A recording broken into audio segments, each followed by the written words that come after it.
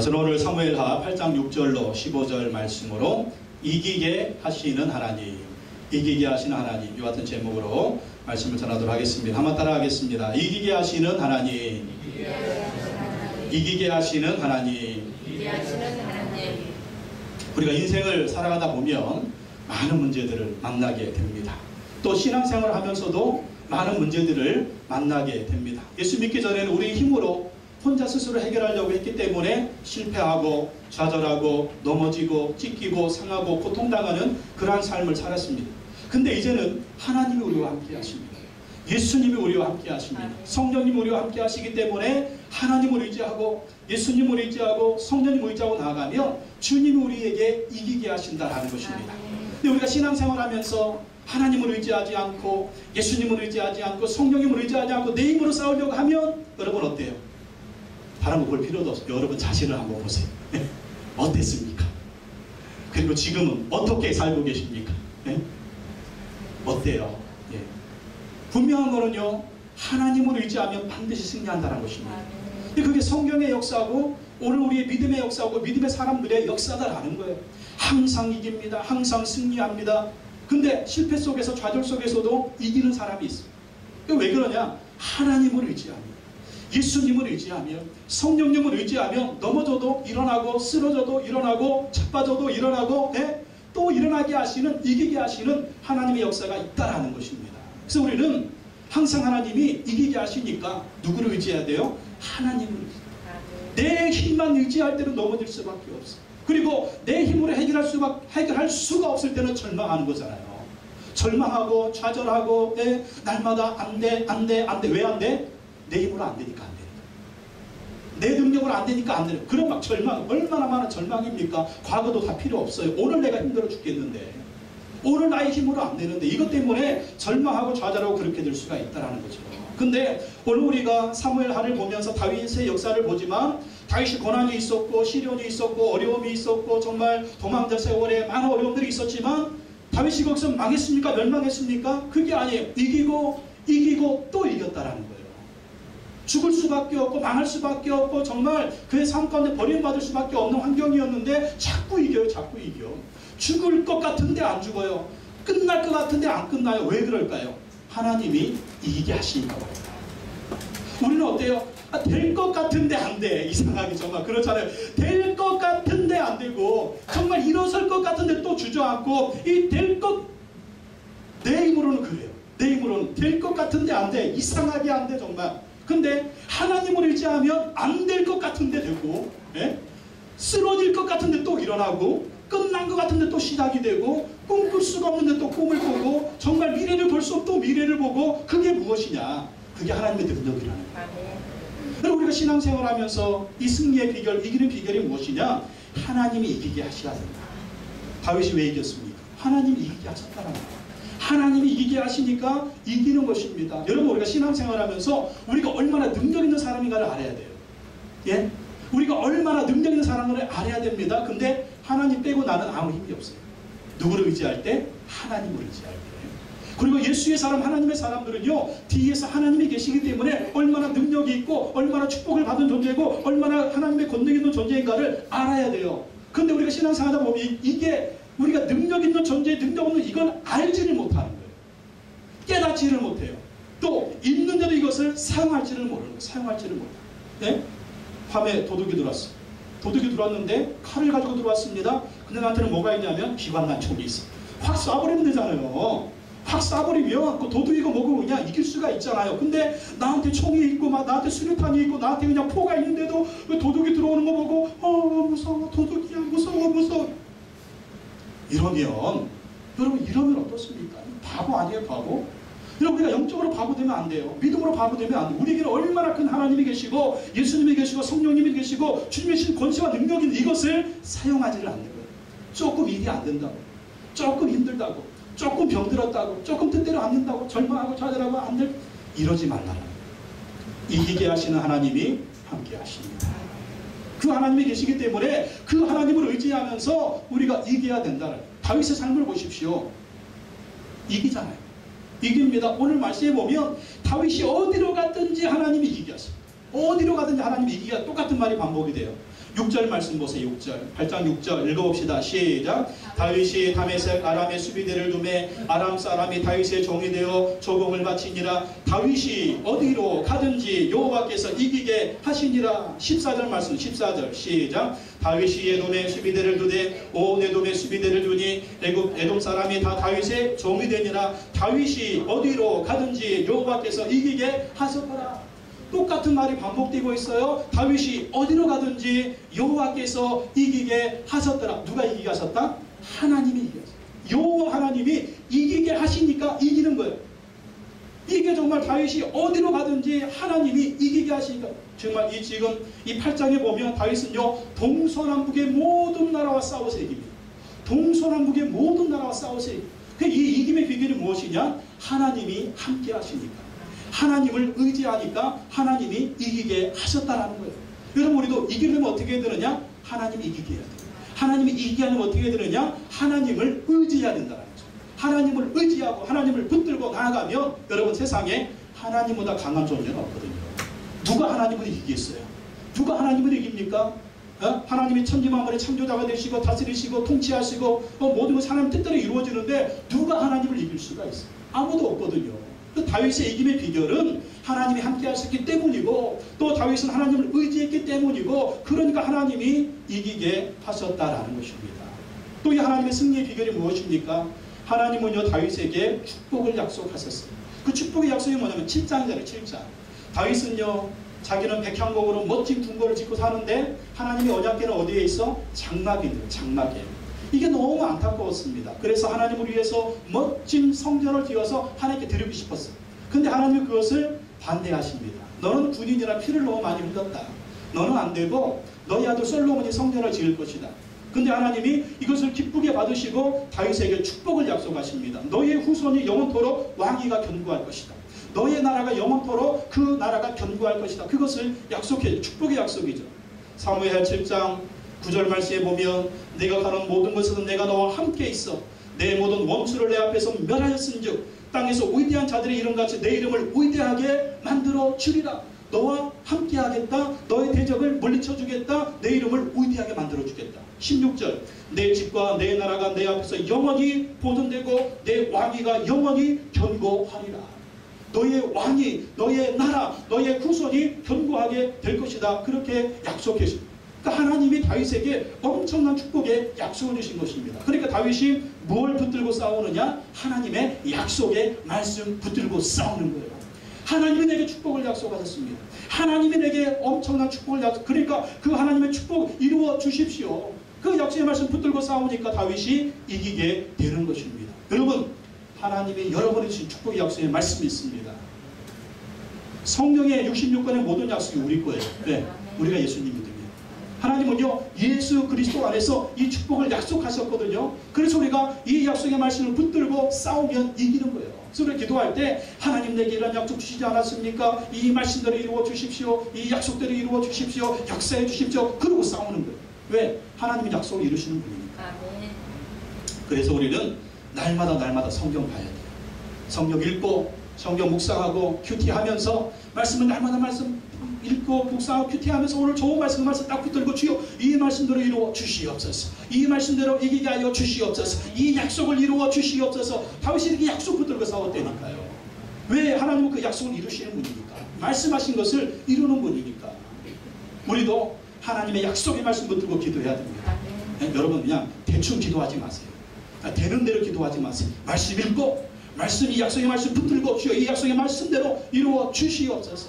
나의 인생 가운데 나의 가정 가운데 나의 가문 가운데 나의 자녀들 가운데 나의 사업 가운데 나의 직장 가운데 주여 이 말씀이 이루어지기를 원합니다. 하나님 말씀이 하나님이시거든요. 그 약속의 말씀을 이루시거든요. 그래서 하나님의 말씀은 일주일에 한 번씩 먹으면 안 돼. 이 주일날도 은혜 받고 또 매일매일 월화수목 금토일 주일은 빼고 토 이렇게 날마다 하나님의 말씀 읽으면서 그 주신 말씀 붙들고 주여 이 말씀대로 오늘도 승리를 주시옵소서 이김을 주시옵소서 붙들고 기도하고 나가는 것입니다. 그럼 하나님은 그 말씀을 반드시 이루어준다. 그리고 다윗은요 전쟁을 갈 때마다 하나님의 언약궤를 하나님의 언약궤. 여러분 하나님의 언약궤가 뭡니까? 근데 오늘 뭐 이 말씀에서는 언약궤를 메고 갔다라 그런 말씀은 없죠. 근데 다윗이 전쟁할 때마다 언약궤를 메고 간 사건이 있어요. 근데 그것을 어디서 볼 수 있어요? 밧세바와 간음했을 때. 그 밧세바의 남편이었던 우리아를 데리고 와서 동침시키려고 하는데 앉아. 이거 완전히 간음죄자가 이것 좀 덮으려고 했는데 우리아가 왜 안 잡니까? 내 상관 요압 장군 그리고 다윗 왕이여 당신의 부하들이 진영에 싸우고 있고 그리고 그곳에 하나님의 언약궤가 있습니다.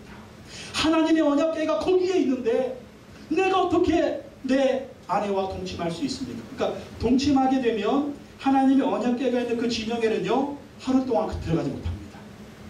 정결 기간이 끝나야 돼요. 들어가지 못하니까 이 우리아는요 하나님의 언약궤가 진영에 있기 때문에 내가 언제든지 그 전쟁터로 달려가야 되기 때문에 내 아내하고 동침할 수가 없다라는 거예요. 다윗은 간음죄를 져버렸죠. 그건 나중에 할 얘기고 하여간 그래서 다윗이 전쟁터에 갈 때마다 뭘 메고 왔냐면 하나님의 언약궤를 메고.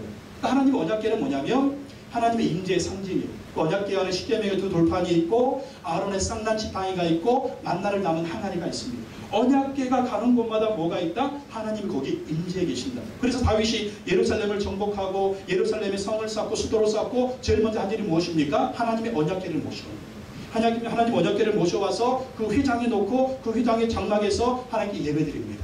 하나님이 나와 함께 하신다. 하나님이 예루살렘에 함께 하신다. 하나님이 이스라엘과 함께 하신다. 그리고 전쟁터에 갈 때마다 언약궤를 제사장들이 메고 가는 겁니다. 메고 가면서 또 하나님 우리와 함께 하신다. 하나님 일하소서. 하나님 싸우소서. 하나님 역사하소서. 그렇게 한 다음에 막 싸우는 거예요. 그러니까 하나님이 이기게 하시는 것입니다. 또 언약궤는 상징이 무엇입니까? 언약궤 위에는요 뚜껑처럼 속죄소가 있는데 천사들이 스랍들이 막 이러고 있는 기억나실라나 모르겠는데 제가 딱 1년 전에 출애굽기 하면서 그 사진 보내드린 각자 저기에 막 보내드린 그 언약궤 사진 여러분 기억나십니까? 한번 이렇게 뒤져보십시오. 1년 전에 딱 1년 전에 보낸 거 있을 거예요. 그 언약궤 위에 속죄소 딱 뚜껑은 그 속죄소는 뭐예요? 1년에 한 번 대제사장이 이스라엘 온 백성들의 죄를 속죄하기 위해서 뭘 뿌립니까? 송아지의 피를 그 속죄에 들어가서 뿌리잖아요. 왜 뿌립니까? 이스라엘 백성들의 모든 죄를 속죄하기 위해서. 그러면 우리의 죄를 속죄하는 분은 누굽니까? 바로 예수 그리스도잖아요. 그러니까 언약궤가 가는 곳에 뭐가 간다? 하나님의 임재도 있지만 예수 그리스도의 보혈이 있는 것입니다. 그래서 우리가 하나님을 의지하고 나아갈 때 승리하지만 하나님의 언약궤이신 우리의 죄를 속죄하시는 예수 그리스도의 보혈을 의지하고 나아갈 때 승리가 임하는 줄로 믿습니다. 그래서 우리가 싸울 때 무엇을 의지하고 싸워야 되느냐? 예수 그리스도의 이름을 의지하고 예수 그리스도의 보혈을 의지하고 싸워야 된다는 거. 여러분 예수 그리스도의 보혈의 능력이 얼마나 강력한지 아십니까? 마귀가 뭐한테 벌벌 떨겠어? 여러분 마귀가 뭐한테 벌벌 떨겠습니까? 뭐 대통령한테 벌벌 떨겠어요? 뭐 미국 대통령 오바마한테 벌벌 떨겠어요? 뭐 강력한 군사력 가지고 있는 거 마귀가 벌벌 떠는지 아십니까? 절대로 안 떨어요. 이따만하게 막 우람하다고 마귀가 떠는지 아십니까? 안 떨어요. 마귀가 떠는 일은 오직 한 이름이 있습니다. 그 이름 바로 예수 그리스도의 이름인 것입니다. 이 예수 그리스도의 이름이 얼마나 권능이 있는지 예수 그리스도의 이름을 의지하는 자에게 뭐가 있다? 하나님 나라의 능력이 임하는 거예요. 그리고 예수님이 사복음서 행할 때 귀신도 떠나가고 마귀도 떠나가고 질병도 떠나가고 죽은 자도 살아나고 이 모든 누구의 능력이에요? 예수님의 능력이잖아요. 우리 안에 예수님 모시고 있으면 우리 안에 예수님의 능력이 있는 거예요. 그 능력이 바로 무엇이냐면 하나님 나라의 능력입니다. 여러분 하나님 나라 처음에 천국에만 있는 게 아니에요. 하나님 나라는요 예수 그리스도를 모시고 있는 자에게 하나님 나라가 임하는 것입니다. 그럼 하나님 나라가 임하면 그 하나님 나라의 능력이 임하는 거거든요. 그러니까 여러분 아셔야 돼요. 예수 믿는 우리에게 하나님 믿는 우리에게 얼마나 능력 있는지를 알아야 됩니다. 이것을 사용해야 된다니까요. 네? 앞에 도둑이 왔다. 질병도둑, 정말 유혹도둑, 죄도둑 이런 막 우리를 망해로 도둑들이 올 때 우리 안에 뭐가 있어요? 칼도 있고 총도 있고 대포도 있고 탱크도 있고 군함도 있고 비행기도 있고 전투기도 있고 B-52 폭격기도 있고 이 엄청나게 있는 거예요. 안 보이는데요? 안 보여요 여러분.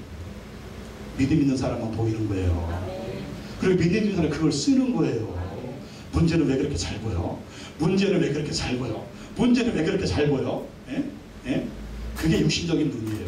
근데 우리 뒤에는 영적인 천군 천사가 함께하고 있고 아멘. 하나님의 권능이 함께하고 있는 것을 믿으시기 바랍니다. 아멘. 근데 안 믿어지네. 아 이거 죽겠네. 믿으세요. 아멘. 믿으세요. 아멘. 믿으세요. 그리고 믿음으로 사용하세요. 믿음으로 사용하면 이기는 거예요. 이기는 거예요. 요한복음 16장 33절에 이것을 너희에게 이르는 것은 너희로 내 안에서 평안을 누리게 하려 함이라. 세상에서는 너희가 환난을 당하나 담대하라. 내가 세상을 이기었노라. 무슨 말씀이에요? 내가 세상을 이겼기 때문에 너희들도 이길 수가 있다라는 것입니다. 내가 이겼으니까 너희도 이길 수가 있어. 그리고 예수님께서 이기도록 도와주신다는 것입니다. 고린도후서 15장 57절에 우리 주 예수 그리스도로 말미암아 우리에게 승리를 주시는 하나님께 감사하노니. 무엇으로 말미암아 승리를 주신다? 우리 주 예수 그리스도로 말미암아 하나님 우리에게 승리를 주신대요. 그래서 하나님께 감사한대요. 우리가 예수님의 이름을 의지하면 우리는 승리하고 또 승리할 수가 있는 것입니다. 그래서 하나님을 의지하십시오. 예수님을 의지하십시오. 보혈의 능력 의지하십시오. 그러면 반드시 이기고 또 승리할 줄로 믿습니다.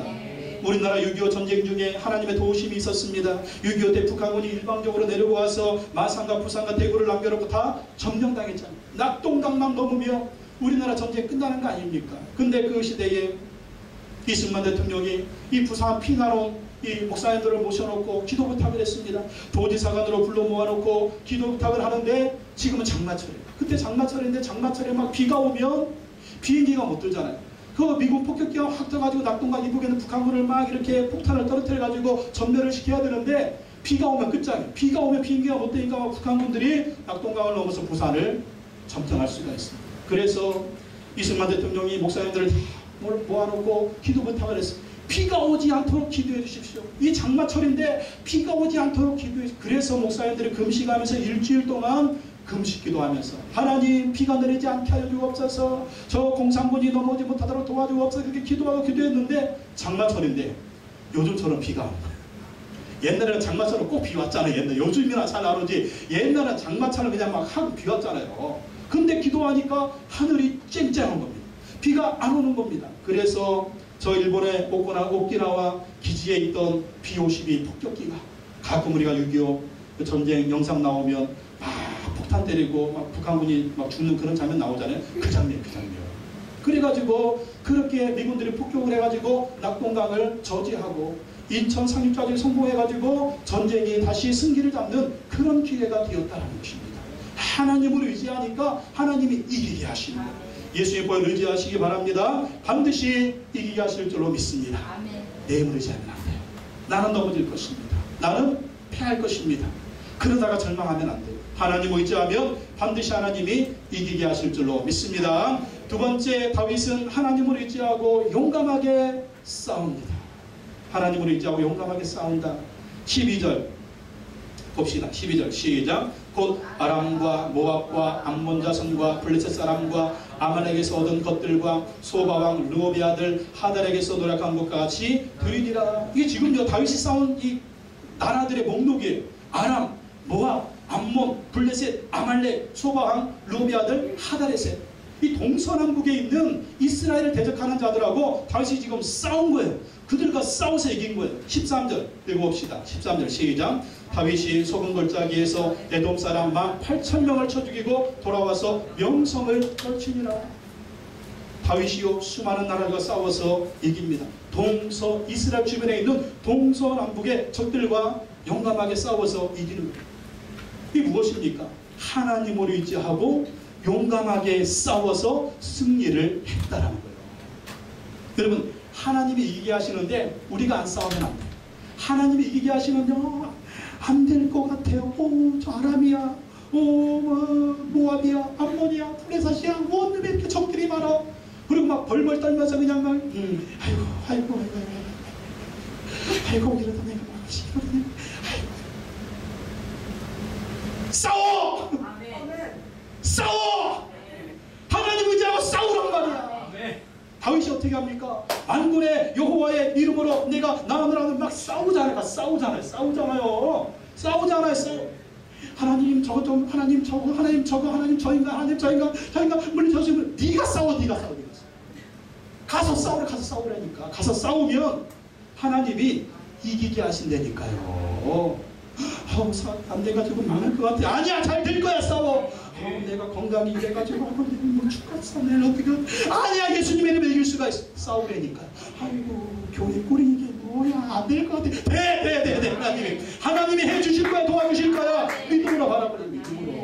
싸우라는 거예요. 두려워하지 말라라는 거예요. 누워있지 말라라는 거예요. 절망하지 말라라는 거예요. 하나님을 의지하고 다윗처럼 용감하게 싸우려니까 아람과 싸워, 모압과 싸워, 암몬과 싸워, 블레셋과 싸워, 아말렉과 싸워, 하다레셀과 싸워, 에돔과 싸워.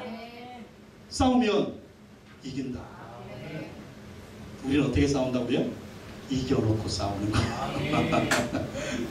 우리 웅재 형제님이 그랬잖아요. 이겨놓고 싸운다고. 우리 이겨놓고 싸움. 하나님이 이미 승리를 주셨어요. 우리는 가서 싸우면 되는 거예요. 승리를 주셨다니까. 이것을 우리는 확신해야 됩니다. 확신하고 싸우면, 여러분, 졌다라고 생각하고 싸우면 져요. 이겼다라고 생각하고 싸우면 이겨요. 근데 우리는 하나님이 승리를 주신 거 믿으시기 바랍니다. 근데 이 다윗이 정복한 나라들을 보면은요, 하나님께서 아브라함에게 약속하신 땅들입니다. 그러니까 하나님이 아브라함에게 후손 약속도 주고 땅의 약속을 주셨는데 이 지경을 다 말씀해 주셨어요. 근데 이 다윗 시대가 되도록 아무도 하나님이 약속하신 그 땅들을 차지하지 못하는 거예요. 하나님이 축복을 약속하셨는데 이 축복을 누리지를 못하는 거예요. 왜 그러느냐? 싸우지는 않는 거예요. 두려워하고 떨고 그냥 공격을 하지 않는 거예요. 근데 다윗이 얼마나 용감합니까? 하나님이 주신 땅이다. 하나님이 주신 축복이다. 그리고 나가 싸우고 선멸하고 이기고 그들을 지배해서 하나님 주신 축복을 누리는 것입니다. 여러분, 하나님 우리에게 무엇 약속하셨어요? 잘 될 것이라 약속하셨잖아요. 축복을 약속하셨잖아요. 번성을 약속하셨잖아요. 건강 약속하셨잖아요. 하나님이 잘되게 하신다고 약속하셨잖아요. 하늘의 복과 땅의 복을 약속하셨잖아요. 그러면 싸워서 취하라는 거예요. 취하라. 그냥 담대히 싸워서 취해라. 하나님의 축복이 있음에도 맨날 쳐다만 보고만 저거 있으면 얼마나 좋을까. 쳐다만 보고. 나한테는 저런 것이 오겠어. 쳐다만 보고. 네? 아이고 저거 있으면 얼마나 좋을까. 쳐다만 보고. 그러지 말래요. 하나님을 의지하고 다윗처럼 담대하게 싸워. 담대히 싸워서 취하라는 것입니다. 시편 18편 29절에 다윗이 고백합니다. 내가 주를 의뢰하고 적군을 향해 달리며 내 하나님을 의지하고 담을 뛰어넘나이다. 하나님을 의지하고 적군을 달리고 하나님을 의지하고 담을 뛰어넘어서 이 전쟁을 이기는 거예요. 그리고 시편 147편 10절 11절에 보면 여호와는 말의 힘이 세대하여 기뻐하지 아니하시며 사람의 다리가 억세다하여 기뻐하지 아니하시고 여호와는 자기를 경외하는 자들과 그의 인자하심을 바라는 자들을 기뻐하시는 도다. 말의 힘을 의지하지 아니하고 병거의 힘을 의지하지 아니하고 하나님을 의지하는 것입니다. 하나님을 의지하니까 하나님이 주시는 승리를 취하게 되는 거예요. 말을 의지하면 뭐가 되겠어? 나보다 말이 더 많으면 죽는 거예요. 병거를 의지하면 어떻게 됐습니까? 나보다 병거가 더 많으면 죽는 거예요. 그러나 하나님을 의지하면 하나님이 도와주셔서 이기게 하시니까 또 하나님을 이길 자가 없으니까 하나님을 의지하고 나아가면 하나님이 반드시 이기게 하십니다. 그래서 우리가 담대해야 됩니다. 어떤 사람이 되어야 되느냐? 믿음에 담대한 사람이 되어야 돼요.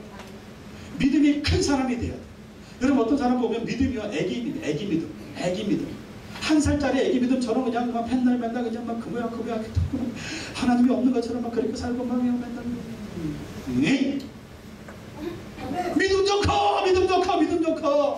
믿으면 믿음 좀 크다니까. 여러분, 믿음의 나이가 몇 살입니까? 도대체가 믿음의 나이가 여러분 나이만큼 되어야 될 줄로 믿습니다. 할렐루야. 믿음의 나이가 그렇게 돼야 돼요. 네? 믿음의 나이가 그렇게 돼야 된다니까. 나이가 몇 살인데 믿음의 나이는 지금 저 그냥 젖먹는 애기처럼 그러면 안 돼. 밤에 예조하고 집사람하고 거실에서 자는데 거기에는 불 다 꺼놓고 잘만 하면 물 마시고 싶어. 그래. 물 마시고 싶어. 불 다 껐는데 자야 되는데 물 마시고 싶어. 그래. 몇 발자국만 가면 되거든요. 몇 발자국 가서 그냥 정수기 물 받아 먹으면 되거든요. 근데 뭐라고 얘기하냐면 엄마 무서워. 엄마 무서워. 같이 가달라는 거야. 뭐가 무서워? 바로 몇 발짝인데. 뭐가 무서워? 바로 몇 발짝인데. 그냥 가서 물 좀 먹고 오면 되는데 또 엄마 아빠가 옆에 있는데 뭐가 무서워? 근데 엄마 무서워. 못 가. 이런. 근데 여러분, 그게 우리 신앙 아닙니까? 옆에 하나님이 계신데 예수님이 함께 하시고 성령님이 함께 하시는데 무서워요. 못 가겠어요. 그 도둑이 있는 것도 아니에요. 뭐 나쁜 놈이 있는 것도 아니에요. 근데 미리 겁먹고 무서워요. 하나님도 속 터져. 하나님도 속 터져. 네가 남이든지 너하고 나 사이 지금 몇 년 관계냐? 너하고 내가 지금은 너는 내 딸, 내 아들, 나는 너의 아버지, 내 하나님인데 지금 몇 년인데 지금 그 신앙이 애기 같아가지고 그냥 그거 조금 뭐 무섭다고 뭐하다고 막 그러는 거 하나님 정말 섭하시죠. 예? 여러분 자식이 여러분 앞에서 그렇게 어리석게 굴면 얼마나 여러분 마음이 섭합니까? 예? 근데 하나님 앞에서도 우리가 너무 그렇게 믿음이 약하면 안 된다니까. 하나님이 붙들어 주시고 하나님이 도와주시고 하나님이 책임져 주시는데 담대하라는 거예요. 용감하게 나가라는 것입니다. 그럼 하나님이 이기게 하신다라는 것입니다. 여러분 하나님을 의지하고 용감하십시오. 두려워하지 마세요. 인생 한 번 살지 두 번 사는 거 아니잖아요. 사람이 한 번 죽지 두 번 죽는 거 아니잖아요. 예? 죽으면 천국까지 뭐 할렐루야 이러고 담대하게 살아내니까 이러고 담대하게 무슨 일이든지 하나님을 의지하고 용감하게 행하시기 바랍니다. 그러면 하나님이 역사하시는데 보십시오. 하나님은 그 믿음 없이 역사하시는 거예요. 믿음으로 행하는 것을 보고 하나님이 다 막 밀어주십니다. 하나님이 끌어주시고 밀어주시고 하나님 막 도와주세요. 믿음으로 행하지 않고 두려워하고 있으면 하나님의 무한한 능력이 있음에도 불구하고 믿음의 문을 그래도 확 열지 않으니까 믿음이 너무 약하니까 하나님의 능력을 경험할 수가 없는 것입니다. 그러므로 여러분 어떤 문제 앞에서 두려워하지 말고 다윗처럼 용감하게 싸우시기 바랍니다. 또 세 번째 다윗은요 이 정복한 나라에서 얻은 은금을 하나님께 드립니다. 이 엄청난 이 동서남북의 나라들 5, 6개 나라들 정복했는데 거기서 얻은 전리품 은금이요 굉장합니다. 근데 이것을 어떻게 했다? 자기를 위해서 쌓아놓지 않고 하나님께 드렸어요. 10절 보십시오. 10절 읽어보겠습니다. 10절 시작. 도이가 그의 아들 요람을 보내 다윗에게 문안하고 축복하게 하니 이는 하달 에셀이 도이와 더불어 전쟁이 있던 터에 다윗이 하달 에셀을 쳐서 무찌름이라.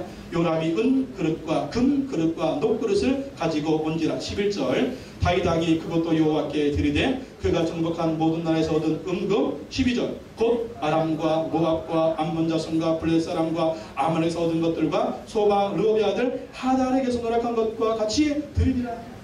그러니까 다윗이 지금 싸워서 얻은 모든 나라의 이런 은금을 갖다가 엄청난 양인데 그걸 하나님께 드렸다라. 이것도 참 대단합니다. 예, 우리가 물질에 욕심이 있으면 드릴 수가 없어요. 근데 이 전리품들을 하나님께 드려요. 그 이유가 무엇이냐? 첫째는요, 자기에게 이김을 주신 분은 하나님이라는 거예요. 하나님이 지금 동서남북의 여러 나라를 쳐서 무찔렀는데 다윗이 그에게 승리를 주신 분이 누구다? 하나님이라는 거예요. 하나님이 승리를 주셨기 때문에 하나님께 드리면서 하나님께 영광을 돌리는 겁니다. 이걸 하나님께 드리지 않고 내 것으로 막 취하고 나한테만 쌓아놓은 뭐예요? 이게 교만인 거죠. 내 힘이야. 내가 잘났기 때문에, 내 능력이기 때문에, 내 권능이기 때문에 내가 얻은 거지 뭐. 교만함이 이럴 수가 있어요. 근데 다윗은 초지일관 겸손합니다. 이김 주신 분이 하나님이시다. 그래서 하나님이 영광을 받으셔야 된다. 이 은금 물질을 드리면서 또 이 개선장군 할 때 다윗이 막 이 승리하고 오니까 개선장군이잖아요. 시편에 보면 다윗이 어떻게 고백합니까? 문들아 너희 문을 들지어다. 영광의 왕이 누이시며 영광의 왕이 바로 여호와 하나님이시다. 하나님이 왕이시고 하나님이 승리자시고 하나님이 이 전쟁에 이김을 주셨기 때문에 하나님께 영광 돌리라는 것입니다. 그래서 우리도 하나님이 승리를 주셨을 때 어떻게 해야 돼요? 그 어떤 전리품들이 있잖아요. 물질 주셨든지 아니면 뭐 승리를 주셨든지 아니면 자식이 잘된 일이 있든지 아니면 뭐 하여간 좋은 일이 있을 때는 무조건 감사의 물, 무조건 감사해요. 예? 그것도 감사함을 제목을 써야 돼. 이런 은혜를 주셔서 감사합니다. 이런 은혜를 주셔서 감사합니다. 무조건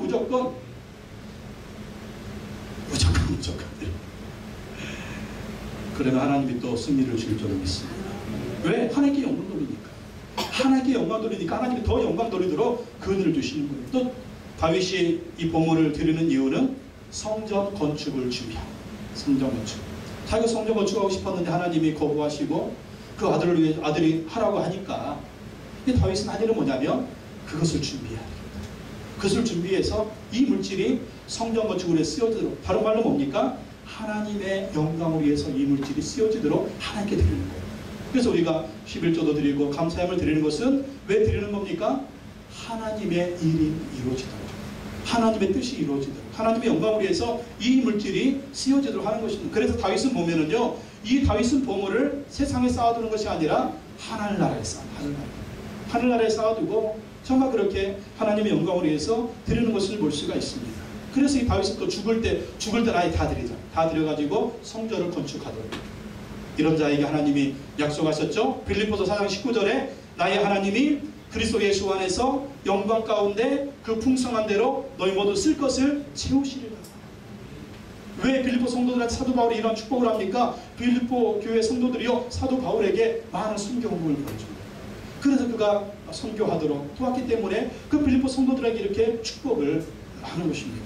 지난주에 정호식 성교사님 오셔서 여러분들이 용돈 챙겨주시고 또 선교원금 해주셔서 성교사님은 감동을 했어요. 감동을 해가지고 너무나 감사하다고 그렇게 인사를 했습니다. 교회에서는 재정으로 50만 원 드렸습니다. 50만 원. 성교사님도 한 번씩 나오면 이렇게 격려해주고 우리가 이렇게 용돈 드리면은 막 힘이 나는 거예요. 힘이 나가지고 너무너무 좋아가지고 또 가서 선교 사역도 잘하게 될 것입니다. 정말 우리가 하나님께 또 드리면 하나님의 승리를 또 주시고 더 많이 드릴 수 있는 은혜와 축복을 허락해 주시는 것입니다. 그래서 우리가 매달 1일에 선교비가 나가는데 선교비를 110만 원씩 지출하고 있습니다. 올해 100만 원 선교원금 할 수 있게 해달라고 기도했는데 사실 될지 안 될지는 잘 몰랐어요. 근데 114만 원 나갑니다. 좀 더 돼야 될 것 같아요. 내년에는 선교비 200만 원 지출하는 역사가 있기를 예수님의 이름으로 축원합니다. 그러면 어떻게 되느냐? 여러분이 더 축복받아야죠. 여러분 사업도 잘 되고 직장도 잘 되고 가정도 잘 돼서 하나님께 더 심어야 이 선교비도 나가는 거지 우리 힘으로 안 되는 거고. 그리고 은혜가 임하기를 예수님의 이름으로 축원합니다. 마지막으로 볼 것은요. 다윗은 공의와 정의로 나라를 다스렸다. 공의와 정의로 나라를 다스렸다. 15절 말씀 읽어보겠습니다. 시작. 다윗이 온 이스라엘을 다스려 다윗이 모든 백성에게 정의와 공의를 행하였습니다. 왜 그럴까요? 다윗은 왕이지만 하나님의 종이었습니다. 하나님의 종으로서 이스라엘이 하나님의 나라가 되도록 정의롭게 공의롭게 나라를 다스렸습니다. 다윗이 정의롭게 공의롭게 나라를 다스리니까 하나님이 또 이기게 하십니다. 여러분 하나님이 이기게 하시는 축복이 임하려면 다윗처럼요 정의를 행하고 공의를 해야 돼요. 하나님은 정의로우신 하나님이십니다. 하나님은 공의로우신 하나님이십니다.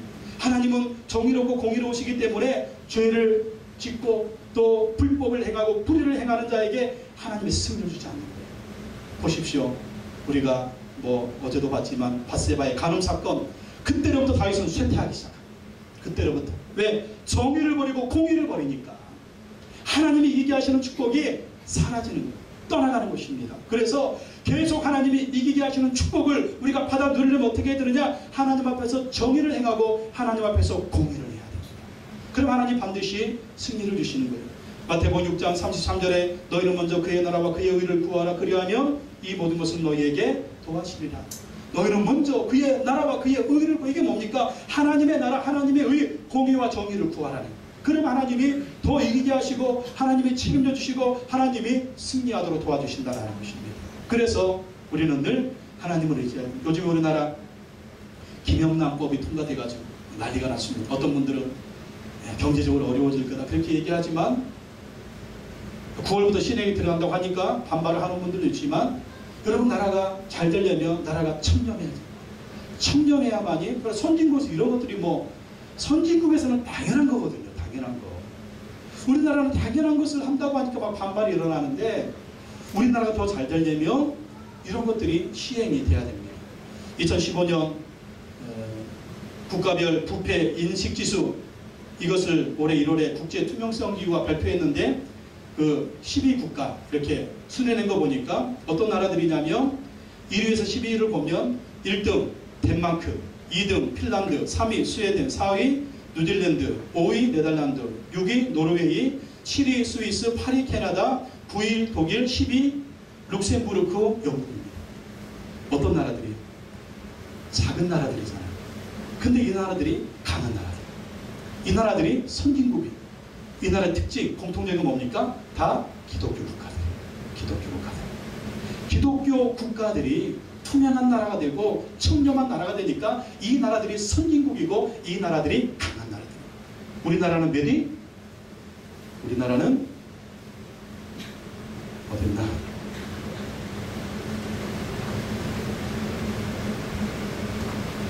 우리나라는 27위. 27위는요, 이 OECD 국가가 34개국인데 뒤에서 몇 번, 뒤에서 몇 번째. 그러니 우리가 그렇게 한탄스러운 사건, 세월호 사건도 일어나고 한탄스러운 사건, 가습기 살균제로 몇백 명이 죽어나가고 우리나라 그 폭스바겐이 연비 조작해서 그러더니 미국에는 뭐 1조 원이 넘게 배상하도 우리나라 버티고 있잖아. 버티고 있잖아. 왜? 우리나라 우습게 보는 거예요. 이 나라는 이렇게 해도 된다는 거예요. 왜 그렇습니까? 청렴하지 않으니까, 공의와 정의가 흐르지 않으니까 세계도 우리나라를 우습게 보는 거예요. 이 다국적 기업들이 자기 나라에서 팔지 못하는 물건 왜 우리나라에서 팔아요? 공의와 정의가 흐리니까 우리나라를 우습게 보는 거예요. 우리도 하나님의 축복을 받으려면 공의와 정의가 흘러야 됩니다. 이러한 청년도 1위에서 12국가들이 기독교 국가들, 선진국인 것처럼 우리나라도 이렇게 잘 사는 나라 되려면, 복음받는 나라가 되려면 다윗처럼 공의와 정의가 흘러야 돼요. 그러면 하나님의 복이 임하고 이 다른 나라들처럼 우리나라도 선진국이 될 줄로 믿습니다. 이러한 하나님의 복이 우리한테도 임하려면 우리도 빛과 소금이 되어야 돼요. 빛이 되고 소금이 되어서 공의를 행하고 정의를 행해서 하나님의 이러한 이기게 하시는 축복, 하나님이 부어주는 축복이 우리 가운데 임하게 될 줄로 믿습니다.